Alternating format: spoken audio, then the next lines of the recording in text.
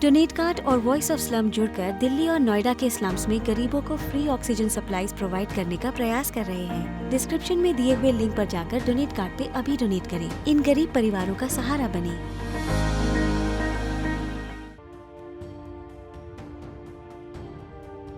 मोदी सरकार ने अपने नीतियों के दम पर देश की अर्थव्यवस्था को बेहतर बनाए रखने के पूरे प्रयास किए और अब उसका असर भी इकोनॉमी में दिखना शुरू हो गया है।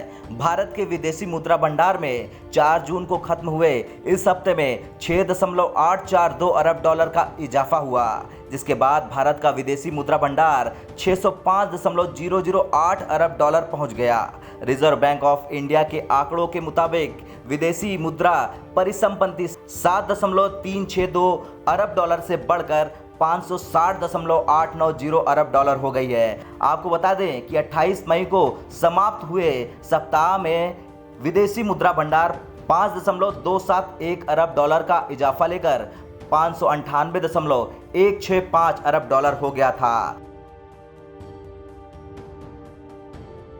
भारत का विदेशी मुद्रा भंडार 600 अरब डॉलर होने के साथ ही दुनिया के टॉप देशों में शामिल हो गया है, जिनका विदेशी मुद्रा भंडार 600 अरब डॉलर या उससे ज़्यादा का है। भारत के आगे रूस, स्विट्जरलैंड, जापान और चीन हैं, जबकि दुनिया के तमाम अमीर देश जैसे Singapore, Germany, UK, France, Italy जैसे देशों को काफ़ी पीछे छोड़ दिया है।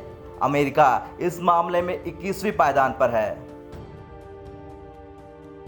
इससे पहले आरबीआई द्वारा 18 मई को जारी आंकड़ों के मुताबिक 21 मई को समाप्त हुए सप्ताह में देश का विदेशी मुद्रा भंडार 2.865 बिलियन डॉलर की वृद्धि के साथ 592.894 बिलियन डॉलर पर पहुंच गया था। गोल्ड और करेंसी एसेट्स में बढ़ोतरी से विदेशी मुद्रा भंडार में ये इजाफा देखने को मिला। आरबीआई गवर्नर ने ये ऐलान करते हुए कहा था कि वर्तमान आकलन के आधार पर हमारा मानना है कि हमारा विदेशी मुद्रा भंडार 600 बिलियन डॉलर के पार पहुंच सकता है। एक साल के अंदर ही 100 बिलियन डॉलर की बढ़ोतरी देखी गई है, यानी एक साल के अंदर हमारा रिजर्व 16% बढ़ा है। भारत के लिए ये गर्व की बात भी है, क्योंकि हमारे इतिहास में कभी भी इतना आंकड़ा देखने को नहीं मिला जितना आंकड़ा अब देखने को मिल रहा है, 600 बिलियन डॉलर के पार। और ये आंकड़ा इतिहास का सर्वश्रेष्ठ आंकड़ा है। चलिए अब आपको बताते हैं कि इसके पीछे की वजह है क्या है। दरअसल भारत के अंदर रिकॉर्ड एफडीआई का आना 2020-21 के अंदर भले ही देश के अंदर लॉकडाउन लगा हो, लेकिन फिर भी भारत ने सबसे ज़्यादा इन्वेस्टमेंट यानी highest ever for direct investment आया है, और यही वजह है कि भारत का खजाना बड़ा है।